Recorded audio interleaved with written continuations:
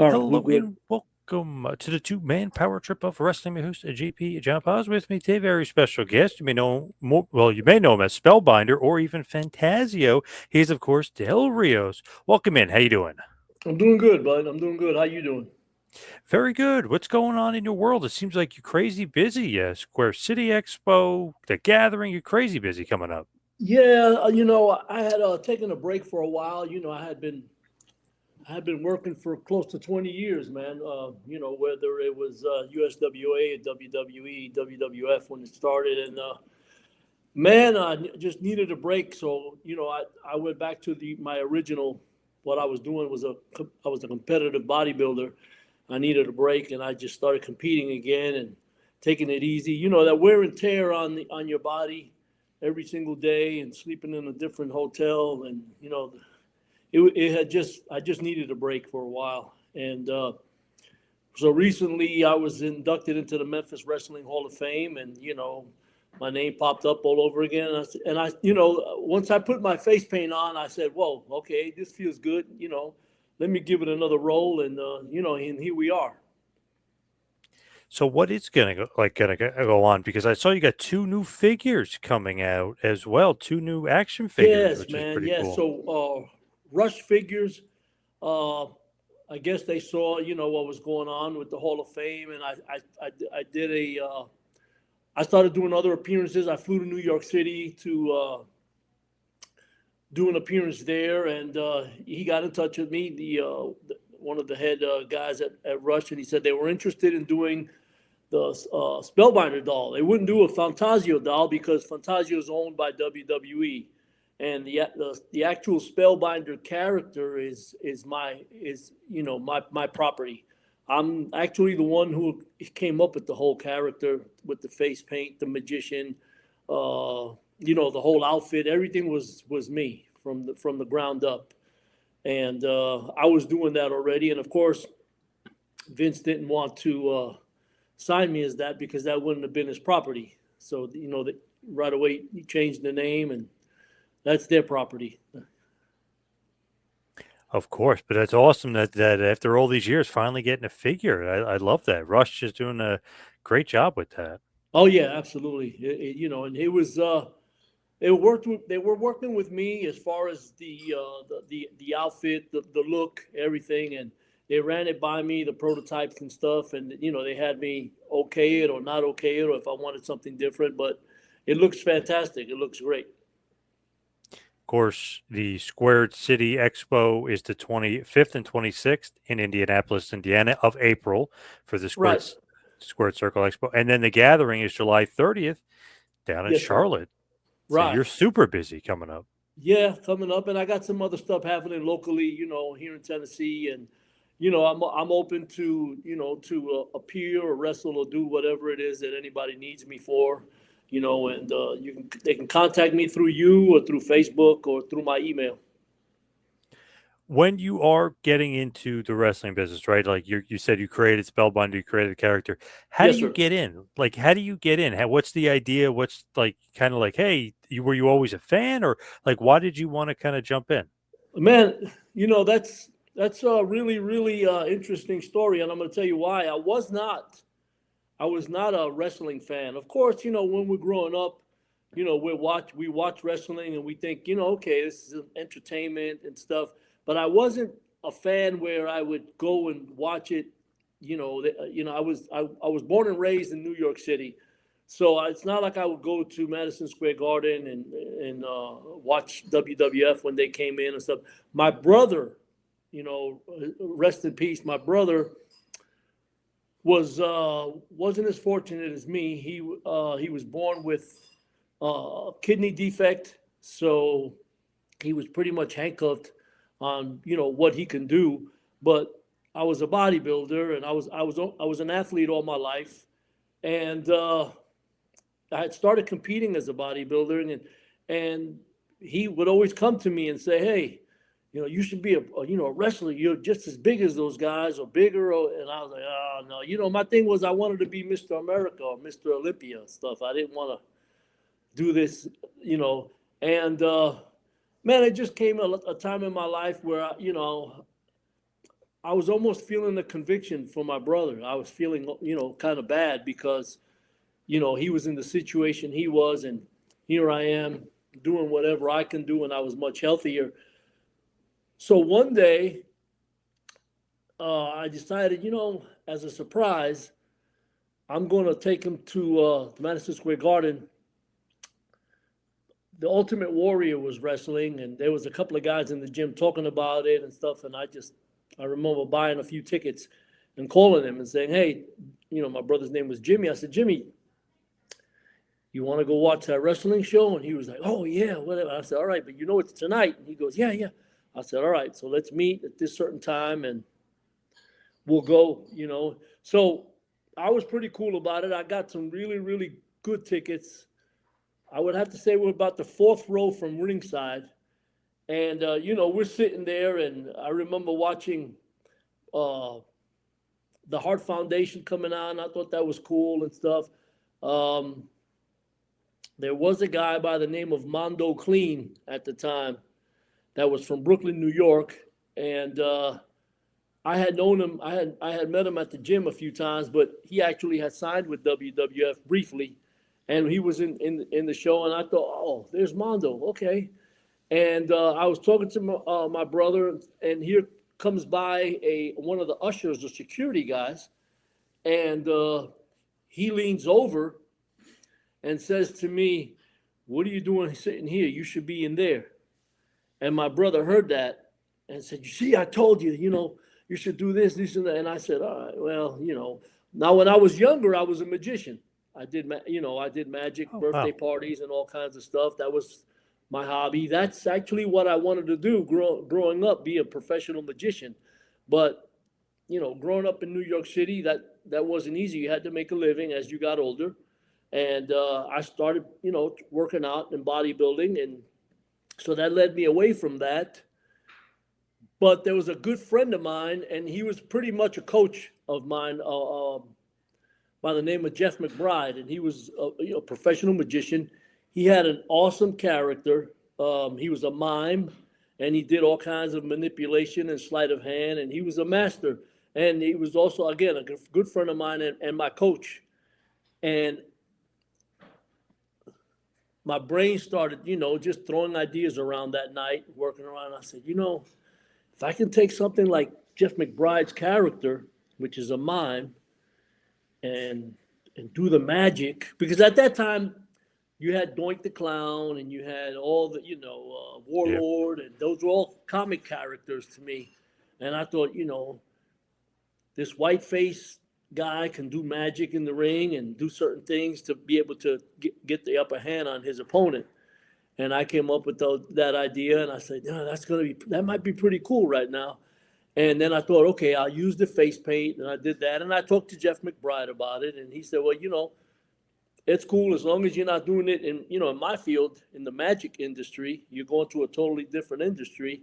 That'd be fine, And I said, all right. So I came up with the whole thing. It just so happened that I was also training. I was a personal trainer at the time, and that's how I made my living in New York.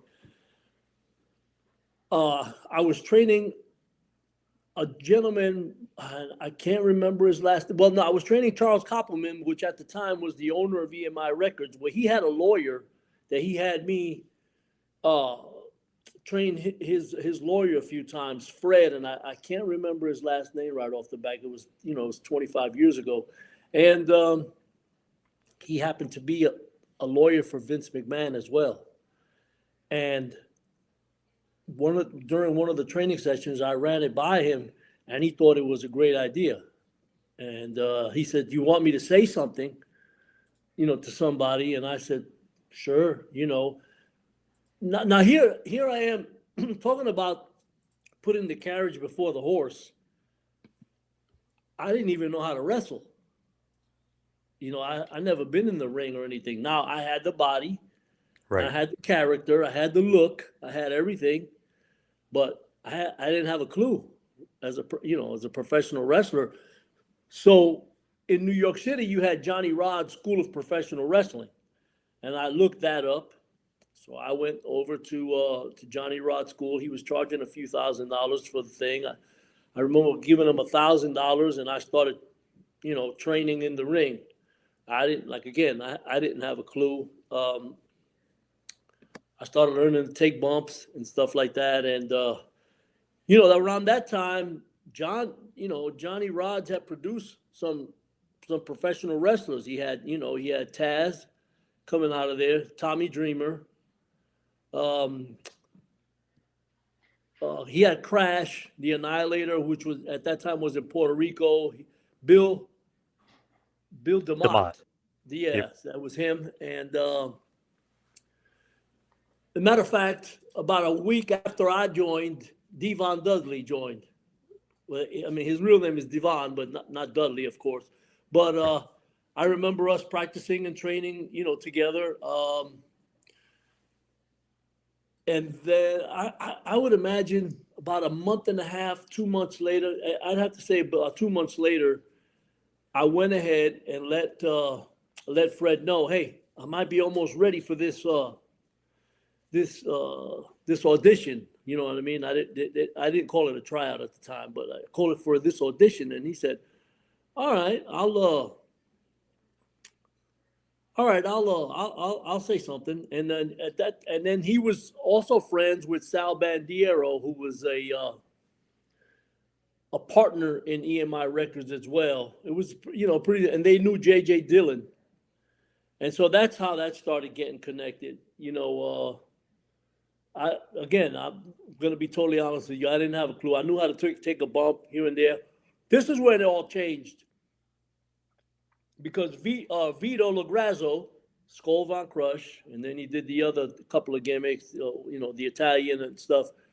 He was coming up through Johnny Rods too. Now, Vito was a professional wrestler already, and him and I, we got along very well. So I owe everything, my whole start, to Vito, because he's the one. I went to him and I says, "Hey, I can get a tryout with with WWF," and he was looking at me like I was crazy because that's what everybody's dream in the business was, to get that tryout, And I said, "I can get that tryout," and he was, "How do you do that?" I said, "Well, I'm training such and such. I'm doing this. I'm doing that." He goes, "Man, you're not even ready for WCCW, let alone," which was a local thing in Jersey that all the guys were working.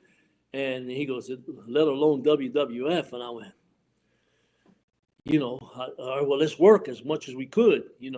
And so he helped me put the videotape together, to send. He put a mask on and took some unbelievable bumps, and it made me look like, all right, let's get this guy in here. And so, believe it or not, my first professional wrestling match was a tryout, a dark match at the WWF Monday Night Raw at the Manhattan Center when they I went out and did some magic on the way to the ring. I did a few effects, and I got in there, and then I did another effect, and then I took the mask off and did a few other things. Gave the mask. So the intro was, whoa, okay, that's what a lot of the other guys do. And I happen to have the match with a student of I can't remember. He was from Jersey, Mike. He had a wrestling school in Jersey. Iron Mike Sharp? Iron Mike Sharp. That was it. Thank you, bud. He had a student that they said, all right, let him have a match with Del. You know what I mean? They didn't want to call me Spellbinder. They didn't want to call me anything. They wanted to call me Del Rios. And I said, sure, whatever. Call me whatever you want. All right, he has the match. So the guy was pretty cool and took some good bumps. So the match wasn't horrible at all. I'd be the first one to tell you if it was absolutely horrible. You could tell I was green, but I did certain effects that had the people going, whoa, during the match. I would do magic in the middle of the match. And we got through it. And when we got to the back, one of the agents came and said, hey, do not leave. Vince wants to talk to you before you leave. And I said, oh, okay, cool. I mean, then I didn't do that bad, you know. And I remember having a little meeting with Vince after the live show, and he said, all right, I'm going to have JJ call you, and we're going to set something up. And I liked what you did, and you look great. He says you got a fantastic look, and that's what we're looking for. Now, about a week and a half, 2 weeks later, JJ Dillon calls me and says, hey, all right, well, look, here's what we want to do. You can tell, you haven't been in the business that long. So we want to put you under contract and send you to Memphis, Tennessee, and have you work with Jerry Lawler and Bill Dundee. And, they have a TV show there. And that way you can get some experience. And, once you get the experience, then, we'll call you back up. Are you willing to do that? And I said, sure. At that point, I was committed. When you come to look at it, and I was told this, I was the very first developmental,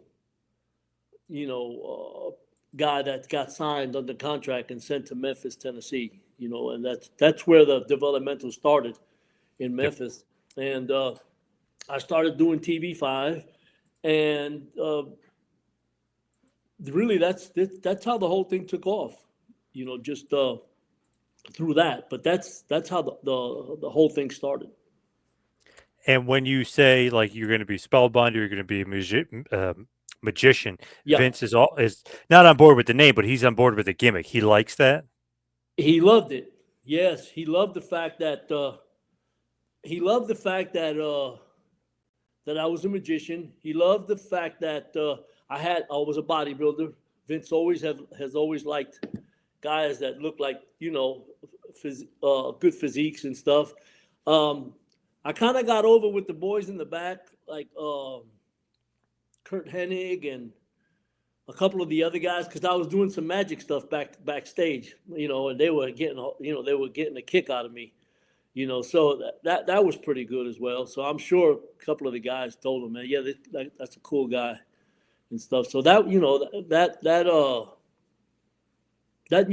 all worked for me. That all helped. Yeah, usually they're going to have to make up a gimmick. You're already coming in with your own gimmick. You're already making one up as you're walking in. Absolutely. Man, I don't know if that helped me or that hurt me. You know what I mean? Because I had it all already. I had it all set except for the name. You know what I mean? I remember they called me Del Rios. They called me Magnificent Maurice. They called me. I was doing different shows, different house shows, and they were calling me a different name. You know what I mean? So I think that was a rib on me, which didn't bother me. I didn't care. I was working. And then the fact that I was doing USWA, so we were working. I was working, 6 days a week, which is, how you get the experience, how you get better, and that's doing that every single day is, how I learned to work. When you're looking at it too, it's like, okay, this is going to be something different, something completely new, right? I mean, you're going to be going out to Memphis and you're going to be learning how to wrestle. So what was that experience like? And like, who kind of helped you along the way? Man, so when I first got to, I got to tell you, man, that when I was dealing with who and where, when I was going to get to Memphis, I was dealing with Jerry Jarrett, which, was, I guess he was either busy or they didn't care or, whatever. But I found myself having to continue to call because they would say, okay, I'm going to call you at this time, at this date. And then I wouldn't get a call. Now, the reason it was important to me was because I had clients. I was a very, very busy personal trainer. I would train up to 7, 8 clients a day.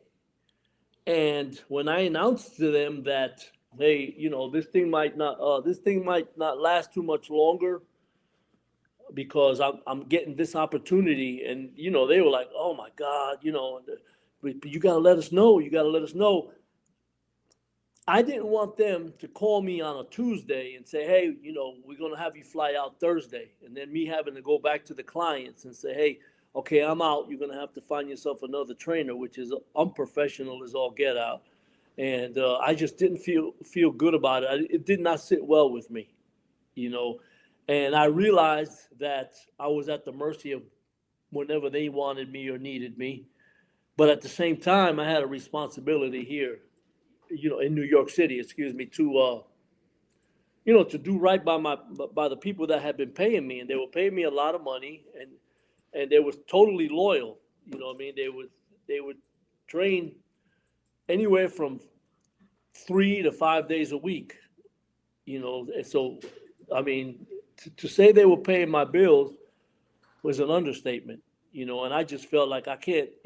So at one point I did say that to J.J. Dillon, and it wasn't on him at all. You know what I mean? It was more on Jerry Jarrett, because he kept putting it off. And finally, I told J.J. Dillon my situation.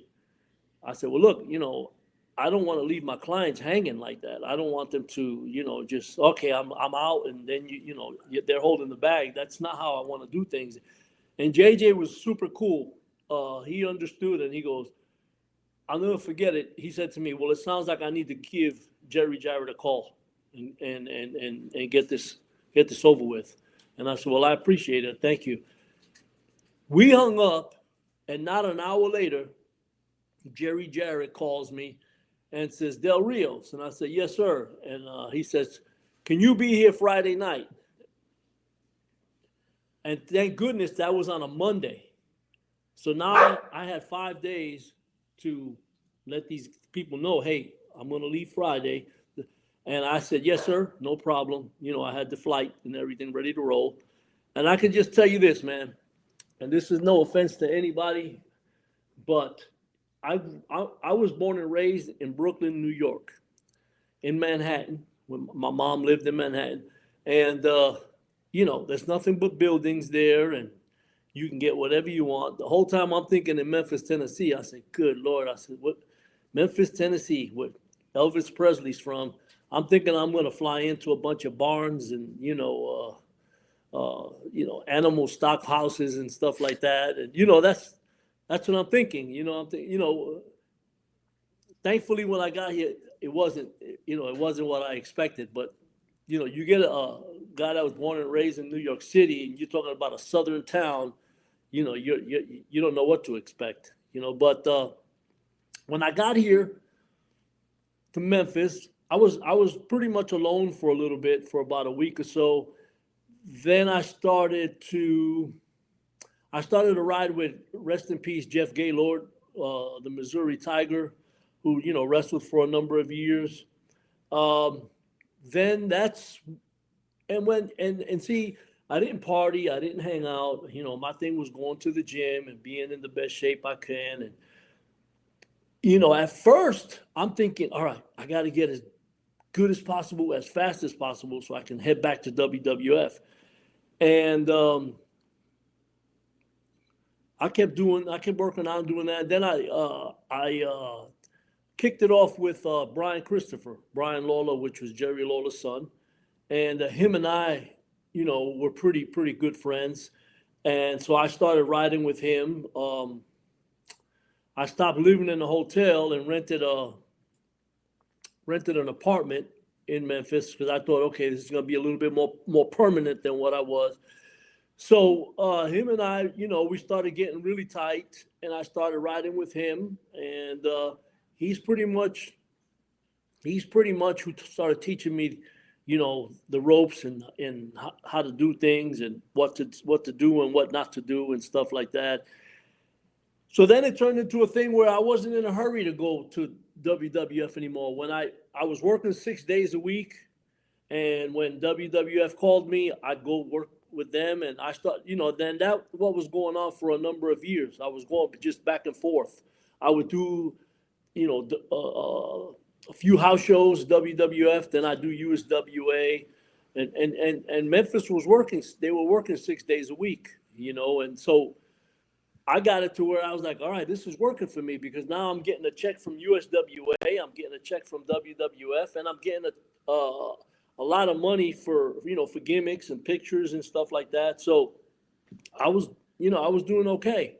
I was doing okay, but it was Brian, my friendship with Brian, that really blossomed everything because now everybody respected Brian because he was way ahead of his time as a worker and a professional wrestler. Um, he was Jerry Lawler's son, so you didn't mess with him either, and he had a lot of experience.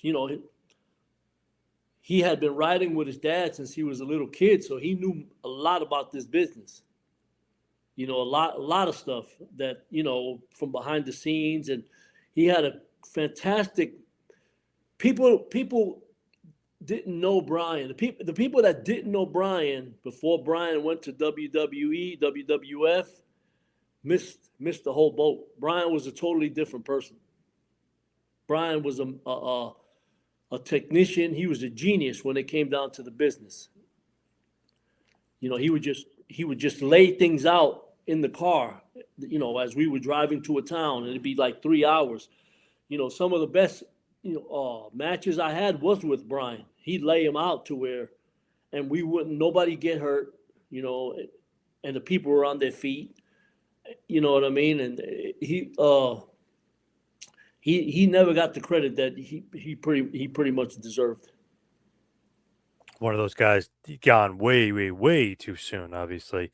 But he Yeah. started getting into the wrong type of stuff. Yeah, bad. You know what I mean? And to this very day, I've never drank a beer, gotten Wow. high. I have not done anything. You know what I mean? Believe me, I'm not trying to claim I'm a saint. I've done my share of anabolic steroids. You know what I mean? So to say I've never done drugs, I would be lying, which that's not what I do. If I'm guilty of anything, is doing as many anabolic steroids as anybody else or more. Um, Never did anything recreational or anything like that. But one thing I can tell you from witnessing, that can destroy somebody's life. You know what I mean? Faster than anything. Starting to do, if you're doing anabolic steroids, then you start doing recreational drugs, now you got trouble. You got a lot of trouble. And Brian, unfortunately, I think the more success he got, after he went full time into WWE, is when his downfall came. And I'm not blaming the company at all. It's the person. The person has to say, okay, I'm going to do this or I'm not going to do this, and he did it. And I was the first one to tell him. When a couple of times, he got hired and fired a few times, and I was the first one to tell him. He goes, "Man, you blew that one." I said, you weren't supposed to be doing what you're doing, and doing nonsense like that. It was different when he was in USWA or any type of southern show. You know what I mean? People would how can I put it? People would take he would do stuff like get there super late, and people were like, all right, whatever, get dressed. But you can't do that in WWF. You can't do that. No, that's not. I don't care who you are. If they told you to be there, listen. If they tell you to be there on TV at noon, and you walk in, and you got guys like Hulk Hogan there already, Macho Man's there already, Scott Hall's there, Kevin's there. I mean, who are you to act like you can be late? And that's what I told him. I said, you can't do stupid stuff like that. That's just not acceptable. Number one, it's not professional. Number two, it's irresponsible. You know what I mean? Then you come in like that, who's going to trust you in the ring to give you their Yep. body? That's not going to happen. And, so I'm a firm believer in you got to do what's right always. And it didn't work out for him. But you're 100% right. He was my best friend. I loved him to death. And, what happened with him was just horrible. You know, it, you know, I wasn't shocked. I wasn't surprised, you know, when I got the call. My wife and I, we rushed straight down to the hospital. And, all I can do is, say, well, this was coming. Yep. That was it, Yep. Now, just rewinding a bit to the Yeah. WWF days, like Uh-huh. when you get to WWF, obviously, like we talked about before, they didn't want you to be Spellbinder. They wanted you to be Fantasio, so Vince can kind of own the name. So how does he say, like, hey, I want to call you up to TV and let's check out this gimmick? We're gonna They put it did on it. TV once. I can tell you what, man. I went up to a boatload of TV tapings. Okay, um, they taped. I mean, I worked guys like Rad Raffers, Chris Candido, Mark Henry. I worked a bunch of guys. Um, Good matches. Just thinking back, they just televised that one, and that was it. I was working a lot of house shows. I was. Oh man, I remember working Mark Henry. I would have to say about 4 weeks in a row, 5 days a week. Stuff like that. And I'm going to tell you something. And this is Scott Hall said this to me. I wasn't a mark about things. You know what I mean? A lot of times, I'm not going to mention names or anything, but I saw handfuls at a time of the developmental guys coming in and always asking, man, when are they going to call me up? When are they going to call me up? I didn't pay that no mind. I didn't pay that any mind. I didn't care. Wherever I was booked, I was going to go. I was going to have the best match that I can have, get dressed, and do what else I was doing, whether it was WWF, WWE, or USWA, or wherever else they sent me. I wasn't going to mark out. And Scott Hall paid me a compliment, God rest his soul, a number of years ago at a TNA taping, and he said he had realized that about me. One time he was working Sid Vicious in the main event in Memphis at the Coliseum, and I was a semi-main, and we were just in the back talking, and he told me that. He goes, Dale, because he kept saying, man, so they sent you back down here. See, they would send me up, and then they would send me back down. Then would send me up, then would send me back down. And I guess people thought I was aggravated by that, but no, I wasn't. To be totally honest with you, whenever I came back to Memphis, USWA, whatever, to the tour, I felt more at home. When I was doing the house shows for WWF/WWE, that was cool because everything was more calm. You had your match, you hung out in the back. The TV tapings were just stressful as all get out. You know what I mean? Very stressful. It was stressful because it was a stressful time. At that time, Vince was in trouble. You could feel the stress when you got to the TV taping.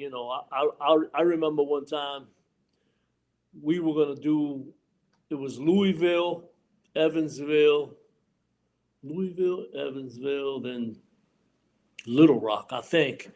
And I remember getting to Louisville, and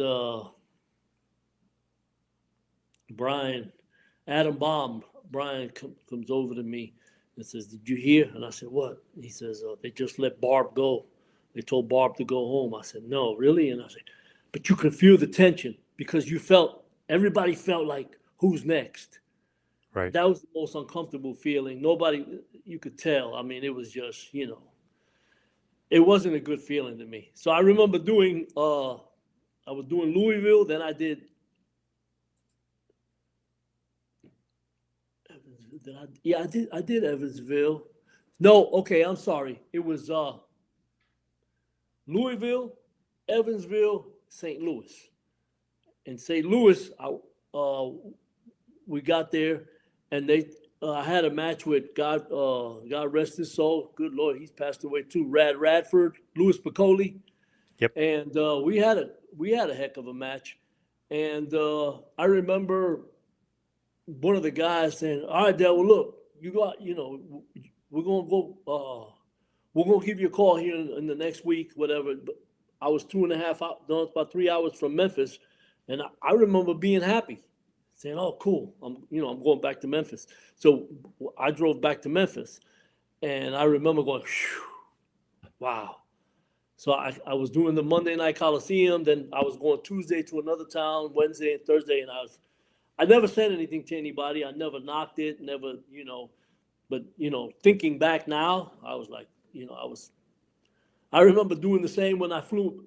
I worked Chris Candido in Houston, and I remember getting on a plane and meeting everybody from Memphis in Kentucky. I flew into Louisville and then drove. And I remember when I get into the dressing room and just smiling and having a good time again. It was just a stressful time there up in New York. The funny thing is, like, the gimmick itself. Okay, Fantasio, you're a magician, but I feel like Vince put his touch on it. Maybe I'm wrong on that with the underwear, pulling the underwear out. Well, Is that was that like my idea. No, that was okay? Because I feel like he would like think that was hilarious. I feel like he would yeah, it love that. was. It was that was my idea from the beginning. Because see, there was it was just stuff that they didn't see on TV that I had done. You know, if you remember from that match that they showed on TV, I came in doing magic. In the middle of the spots, I did magic. At Yep. the end, I did magic, and that was my way of going into the finish. Even the ref too. Right, You and know, the ref, right. But that was my idea as well. I had picked up a pair of shorts with black stripes on them. You know what I mean? I remember going to Earl Hebner and saying, "Hey, I'm gonna gimmick these shorts right here in the back of your pocket here. Boom. I'm gonna put this loop here, and boom. Nobody's gonna know. They can't see it, but I'm gonna know where it is. And when you turn your back, after I take his and I roll him up 1, 2, 3, and he gets out, and I show the underwears as you're walking towards the ring, just act like you're saying something to the timekeeper, and I'm gonna pull yours." And he said, "Oh yeah, you know what I mean." And so we did it, and I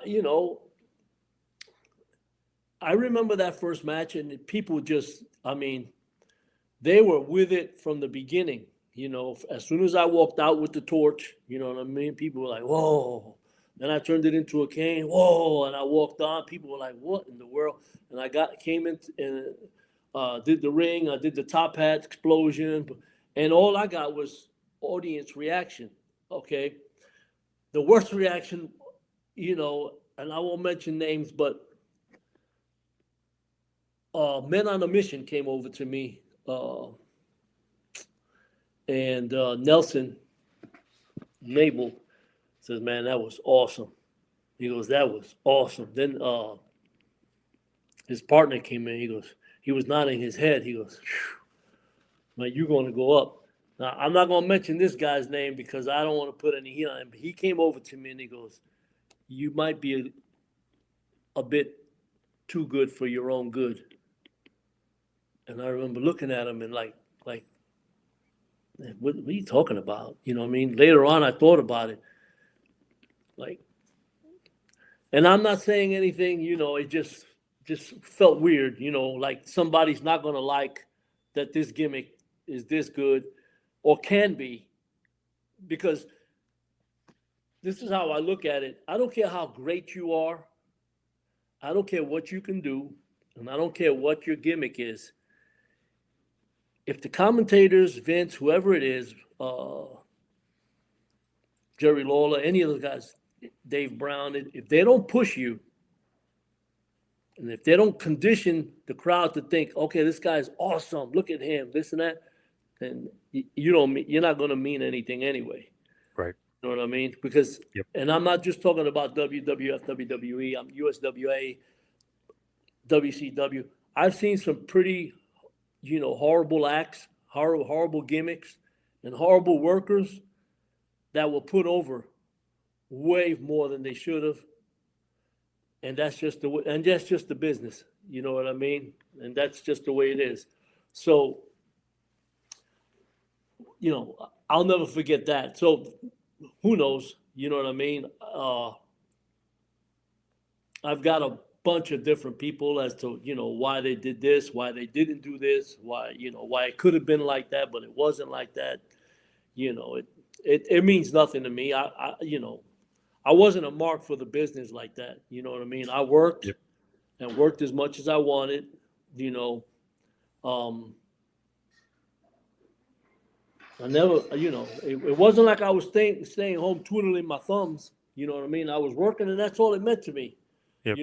It was a job, and I was getting paid, and I kept my mouth. See, the biggest thing was, and Steve Lombardi and Bruno Lauer paid me a good compliment about it because they did the same. The main thing is just keep your mouth shut. You know what I mean? Keep your mouth shut. Don't complain. Don't say anything. And I kept getting the check from WWF, from WWE. I mean, way longer, way longer. You know what I mean?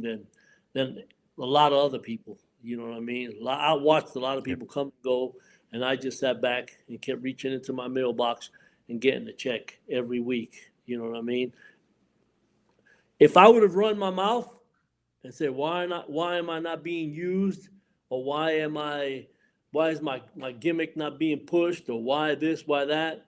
And then they say, okay, I'll tell you what, we're going to send you your release. And, that'd be that. But no, I didn't, it didn't matter to me. I didn't care, So was it politics from other wrestlers above, like why you weren't used again on TV? Is that like kind of what was going on? I don't know concretely, supposedly part of that, yeah, supposedly, could have been, it was that. Um, um, some people, and I don't want to mention names. They told me things in confidence, but supposedly some of the agents up there didn't like, a lot of the boys from Memphis territory and stuff like that. It whatever it wasn't because I just completely sucked. You know what I mean? That's for sure. Because Yep. I was working every day anyway. Yeah. So right, it wasn't that. So it could have been. It doesn't matter to me. At all. At the end of the day, like Vito told me, I'm in the encyclopedia. I made all the I made a lot of the magazines. You know what I mean? Yep. I worked way more than people thought. You know what I mean? And I worked in the WWF, WWE ring over and over and over again. So, but think about this. Looking at it back, it really doesn't matter. You know what I mean? Whether you're Hulk Hogan, Fantasio, Macho Man, or the Ultimate Warrior, you're gonna go up and go down, and that's it. And people are Yeah. gonna move on. You know what I mean? And that's how that's when I look at it like that, I just shrug my shoulders. I said, okay, they might have been, they might have made more money than me. You know what I mean? But it really doesn't matter. You have your time, and then you don't have your time anymore. You know what I mean? Everything runs its course. So and then I'm having I'm enjoying the fact that a lot of people, a lot of promoters and people are trying to get a hold of me because supposedly I'm like a rare character, Yeah. surfacing Definitely. again Definitely. because people that are trying to get their encyclopedia signed. Whoa, fantastic! We haven't seen him in who knows how long. Yeah. Fantasio, Spellbinder, or whatever, and you know, being inducted into the Memphis Wrestling Hall of Fame, I might sound like a mark, but you know, that's being with the likes of Rock and Roll Express and Bill Dundee and Jerry Lawler and Coco Beware and all those guys. That's not something to cough at. That was awesome. You know what I mean? Yes, sir. So I guess I put my footprint in the business, and that was fine. Yeah, I'm happy where I'm at or what I'm doing. So I have no regrets at all. So, like, when you actually get released, are you wrestling for like PPW or is it USW at this point? Like, where are you like when you actually do get released from WWF? Like, are you still with Developmental at that point? Because I know they Yeah. Oh actually yeah, kept man. going with Oh Developmental yeah. with Randy Hales and everything else. Yeah. Listen, you remember when? Do you remember when PPW was Power Pro Wrestling? Do you remember in Power Pro Wrestling when you had oh man, Shooter Schultz was there, Daniel Bryan was there. He was Yeah. the Dragon or something. Yep. Victoria American was Dragon. there, Yeah. Bobcat, all those guys. Well, I was with them as well, still getting paid. Wow. So you were there for a long while. My Long God. time. Right. Just kept my mouth shut. You know what I mean? I remember we were doing a show. Kevin Kelly shows up. And that was the thing. When an agent came in, when some type of an agent came in to the show or to the TV taping, you'd get 5, 6, 7, 8 of these guys crowding him, saying, "Hey, when are we? What's going on?" I didn't do that. You know what I mean? Yep. I kept my mouth shut, got dressed, had my match, got undressed, showered, did my thing. That's all. I didn't care Kevin Kelly was there. It didn't matter to me. It wasn't. What these guys didn't understand was a lot of times they'll put you in this developmental to get you away for a while. You know what I mean? You need to take that as an opportunity to just work and just get better and just, pray and hope that they come up with something for you. Yep. And that's it. And a lot of the guys, man, I remember the Mean Street Posse, Joey Abs. What was the other? I can't remember the other guy's name. Pete Gas and Rodney. Yeah, Pete Gas and Ronnie, man, they were super cool guys, man. And I remember when they got released, man. It was terrible. You know what I mean? Joey was cool. He just said, "All right, man. Well, I'm done." And Pete, went back up north. I think he lives in Connecticut or something. And man, I remember Rodney just being really angry and saying that they messed up his life. You know what I mean? And I thought, oh man, they put everything in one. See, because now that's all coming back to me. A lot of those guys like Mean Street, so they moved to Memphis and moved their wives there, and took wherever they were, they just picked up and left everything and just came over, and that's where they thought, okay, when we get back, we're going to be big time, and it didn't work out, Great for Kurt Angle, it worked for him really good. Yep. Did good for Victoria.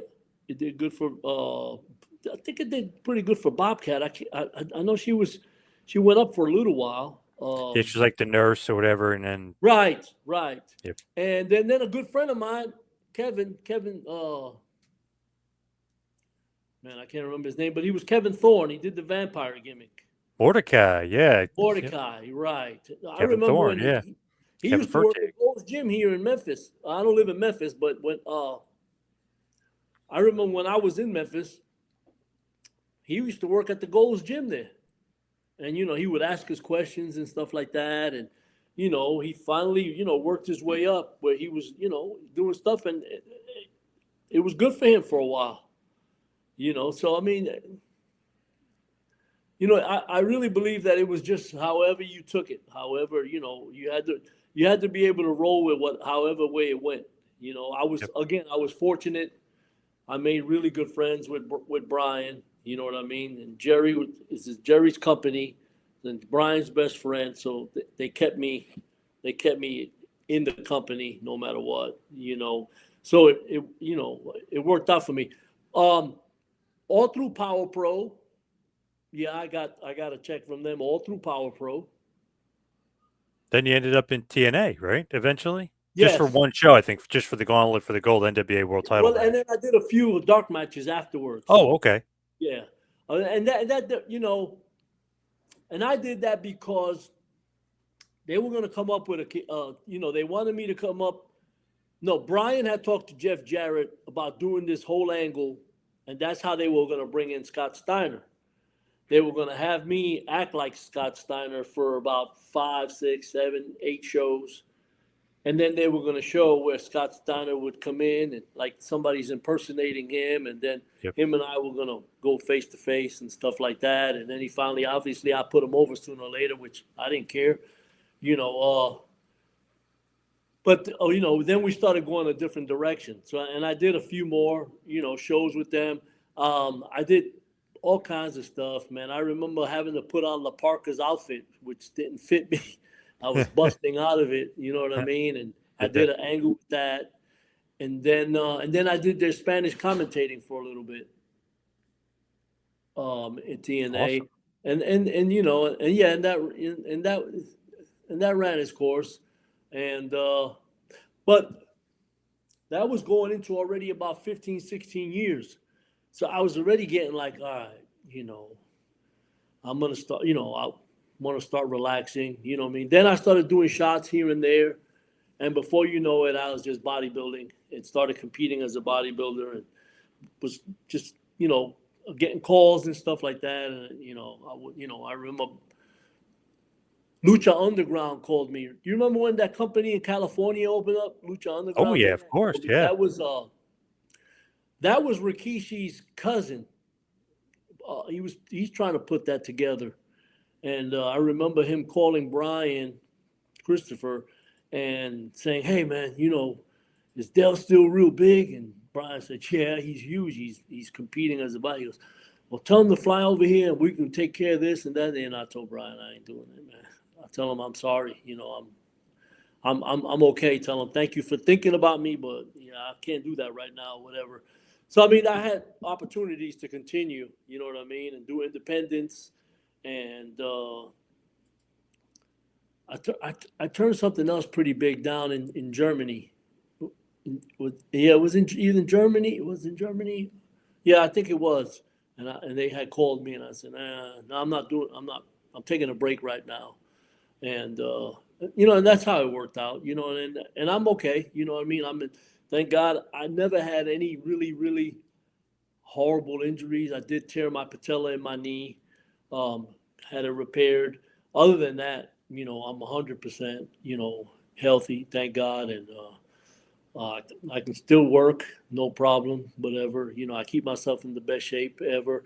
Uh, the best compliment I ever got was a few weeks ago when I had my Spellbind and Fantasio character on, and uh, I walked, I walked, I walked out of the dressing room into another room, and there was a gentleman there, and he says he looked at me and he says, "Oh man, Dell," and I looked at him like, what's going on? He goes, "You look like you walked out of TV 20 years ago."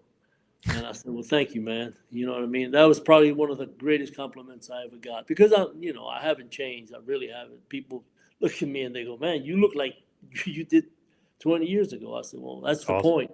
You know what I mean? That's the point of the whole thing. You know what I mean? To try to keep what you got, and Yes. so I'm pretty proud and happy about that. So most of the people, or 99.999 of the people that, you know, see me back in the Spellbinder character, Fantasio character, are usually very, very, very pleasantly surprised.